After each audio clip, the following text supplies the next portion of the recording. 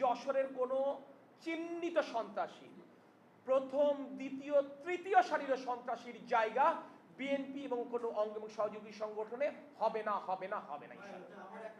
কিশোর gang কারা নেতৃত্ব দিয়েছে গত 4-5 বছর আপনারা জানেন, এটা লিখে ধরেন। এটা লিখে ধরলে আমারও একটা সুবিধা হবে, কারণ বরাবরই সন্ত্রাসীরা আর সমাজের এই অনাচার সৃষ্টিকারীরা তারা সরকারি আনুকূল্যে থাকতে চায়, ক্ষমতার কাছে থাকতে চায়।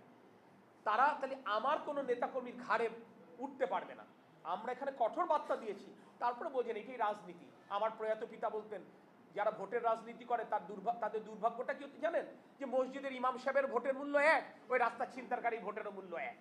তো সেই কারণে কোনোভাবে এই সমস্ত অরাজকতা সৃষ্টিকারীরা যারা 17 বছর রাম রাজ্যত্ব কায়েম করেছে সন্ত্রাসে, তারা অনেকে আসতে চাইতে পারে আমাদের ঘাড়ে।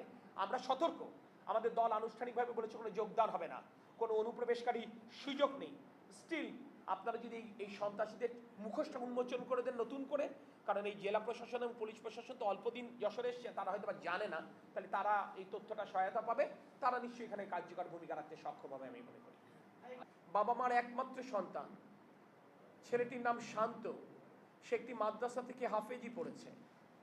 সেই সন্তানকে বাবা মা অত্যন্ত নিম্নবিত্তের মানুষ, সংসার চলে না, সেই ছেলেটার উপরই তার সংসার কিভাবে ভালোভাবে চলতে পারে তার জন্য তার অপেক্ষমান। এই সন্তান যখন মিছিলে যায় প্রতিদিন চাচড়ায় মোড়ে, যখন তার মা তাকে আটকায়, সন্তান তার মাকে বলে যে তুমি আবু সাইদকে দেখো না, আমিও সেরকম শহীদ হিসেবে নিজেকে পরিচয় দিতে চাই, তুমি কেমন মা যে তুমি আমাকে মিছিলে যেতে দাও না। আমি ইউসুফ বলে 14 বছর একটি ছেলের পরিবারকে সাথে দেখা করে আসলাম। ছেলেটার লাশ যখন উদ্ধার হয়েছে তখনও তার কপালে লাল সবুজের টকটকা পতাকা বাঁধা।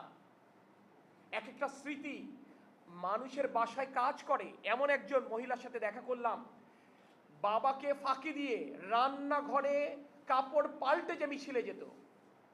এরা কেউ অরাজকতা করতে জীবন দেয়নি, এরা ওই অগ্নিকাণ্ডের ঘটনা ঘটার পরে সংবাদ পেয়ে আটকে পড়া মানুষকে উদ্ধার করতে যে জীবন দিয়েছে। আমি আজকে কথা শুরুতেই যশোরের এই নারকীয় হত্যাকাণ্ডে যারা জীবন দিয়েছে, আমি তাদের সকলের রুহের মাগফিরাত কামনা করছি। এবং এই নজিরবিহীন ঘটনা যশোরের রাজনৈতিক এবং সামাজিক সংস্কৃতিকে যে কালিমা লেপন করলো, আমি তার তীব্র ঘৃণা ভরে আমি দলের পক্ষ থেকে আমি নিন্দা জানাই। এবং আমি বিশ্বাস করি যে এই ঘটনার পেছনে যে বা যারা জড়িত, গণমাধ্যমের বন্ধুদের কাছে নিশ্চয়ই তথ্য আছে। আপনারা আইন শৃঙ্খলা বাহিনীর সদস্যদেরকে সেই তথ্য শেয়ার করবেন।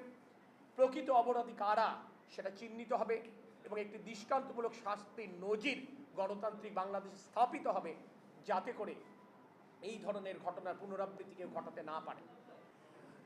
আপনি খোঁজ নিয়ে দেখবেন, আমি খুব দায়িত্ব নিয়েই বলতে পারি, এই যে বিচ্ছিন্ন যে ঘটনাগুলো হচ্ছে, অরাজকতা ঘটছে, সেখানে যে আমার দল সরাসরি সম্পৃক্ত ব্যাপারটা এরকম কিন্তু কিছু নয়। এখানে সমাজ দিয়ে যারা অরাজকতা সৃষ্টি করে, এই শহরে ধরেন আপনারা নিজেরাই দেখেছেন কি দৌরাত্ম্য কিশোর গ্যাংয়ের। কিশোর গ্যাংকে যারা পরিচালনা করতো তারা হয়তো বা সাময়িকভাবে যশোর ছেড়ে পালিয়েছে, কিশোর গ্যাং কিন্তু বর্তমান। আপনারা বলেন এই যে জাবিরে এই দুর্ঘটনার সাথে জড়িত কিংবা বিভিন্ন অনাচারের সাথে জড়িত যারা, আমরা কাদেরকে চিনতে পেরেছি? যাদেরকে চিনতে পেরেছি 14 বছর, 15 বছর, 16-17 বছর, যাদের কোনো রাজনৈতিক পরিচয় নেই, কিন্তু কিশোর গ্যাংয়ের পরিচয়ে যারা দৌরাত্ম্য তারা ঘটিয়েছেন। তো এই জায়গাটাতে আমরা কি করছি, আমরা ওরা জন্য না করতে পারে আমরা প্রোটেকশন দেবার চেষ্টা করছি। আমরা প্রাথমিকভাবে মনে করেছিলাম এই ব্যবস্থাটা মানে সাময়িক হবে। তো আমরা ওয়ার্ড পর্যায়ে কিংবা আমাদের ইউনিয়ন পর্যায়ে, উপজেলা পর্যায়ে একটা সাময়িক ব্যবস্থা নিয়েছিলাম। কিন্তু আমরা এখন মনে করছি যে ব্যবস্থাটা মানে সাময়িক হবে না, এই ব্যবস্থাটা মানে একটু মধ্যমেয়াদী ক্ষেত্রে আমাদেরকে পরিচালনা করতে হবে।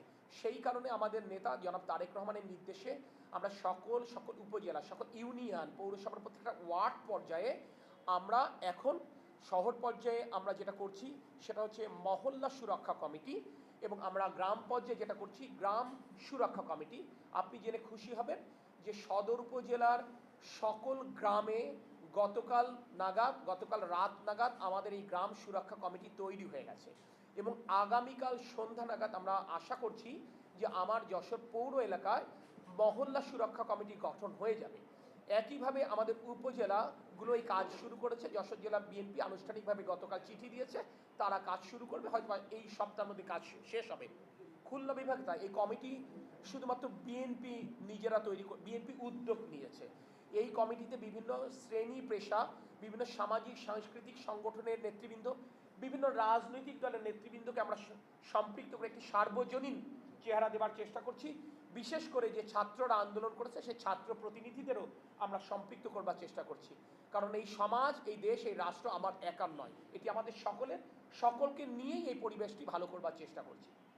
এরপরেও আপনারা দেখেছেন যে আমরা কিছু ক্ষেত্রে সাংগঠনিক ব্যবস্থা নিয়েছি। এই প্রশ্নটা হয়তো অনেকের মধ্যে আছে, তাহলে কি বিএনপির নেতাকর্মীরা কি এই ধরনের অরাজকতার সাথে জড়িত ছিল বলেই কি সাংগঠনিক ব্যবস্থা নেওয়া হয়েছে? বিষয়টা এরকম না। আমি এক গণমাধ্যমের বন্ধুকে বিষয়টা পরিষ্কার করেছি, যেহেতু আমি সুযোগ পেলাম আমি আপনাদেরকে পরিষ্কার করতে চাই। দেশনেত্রী বেগম খালেদা জিয়া এবং তারেক রহমান আমাদেরকে বলেছেন, তুমি কিংবা আমরা রাষ্ট্রীয় ক্ষমতা আছে কি নেই এইটা বিবেচ্য বিষয় না, জনগণের দল হিসেবে জনগণের পাশে থাকা, জনগণের নিরাপত্তা নিশ্চিত করবার দায়িত্ব হচ্ছে তোমাদের। তো এই দলের নির্দেশনাটা যথাযথভাবে প্রতিপালন করতে যারা ব্যর্থ হয়েছে, দায়িত্বটার, আপনি দায়িত্বশীল পদে থেকে দায়িত্বটা অনুভব করতে হবে এবং আপনাকে ডেলিভার করতে হবে, রেজাল্ট ডেলিভার করতে হবে। এইটা করতে যারা দায়িত্বশীল পদে থেকে যারা ব্যর্থ হয়েছেন কিংবা দায়িত্বশীলতার পরিচয় দিতে পারছেন না, আমরা তাদেরকে বরখাস্ত করেছি, যাতে করে তুমি কমিটিতে থাকবা কিন্তু দায়িত্ব পালন করবা না চেহারা দেখার জন্য, কিংবা কমিটির পদ অলংকার হিসেবে ব্যবহার করবা তার জন্য কমিটির পদ না। দ্যাটস ওয়াই আমরা এই জিনিসটা করেছি।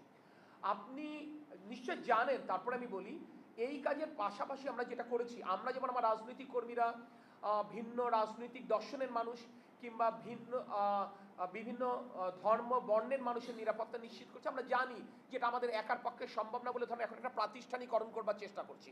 তার আগ পর্যন্ত আমরা যেটা করেছি, আমরা ইমাম পরিষদের সাথে কথা বলেছি। ইমাম পরিষদের সাথে কথা বলে বলেছি যে আপনারা বিভিন্ন জায়গায় মাদ্রাসা ছাত্রদেরকে আপনারা সম্পৃক্ত করেন। আমি শত ফুল ফুটতে দেবার পক্ষপাতী, আমি এটাকে ওয়েলকাম করব। তারা যদি মনে করেন তারা এটা করবেন, বাট আমি অভিভাবক হিসেবে, আমি বড় ভাই হিসেবে, আমি একজন পিতা হিসেবে এই ছাত্র গণ আন্দোলনে যারা নেতৃত্ব দিয়েছেন, যারা অংশ নিয়েছেন, আমি তাদেরকে এইটুকু বলবো, আগে তোমরা নিজেদেরকে তৈরি করো।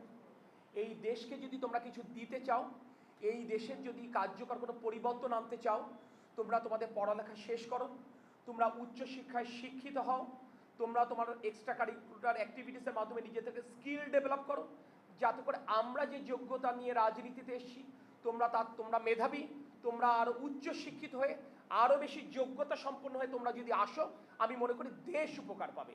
এইটা তাদের অভিভাবক হিসেবে, ভাই হিসেবে আমি তাদের এই বার্তাটা দিতে চাই। কিন্তু আমি বলবো, আমি গণতন্ত্রে বিশ্বাস করি, আমি শত ফুল ফুটতে দেবার পক্ষপাতী।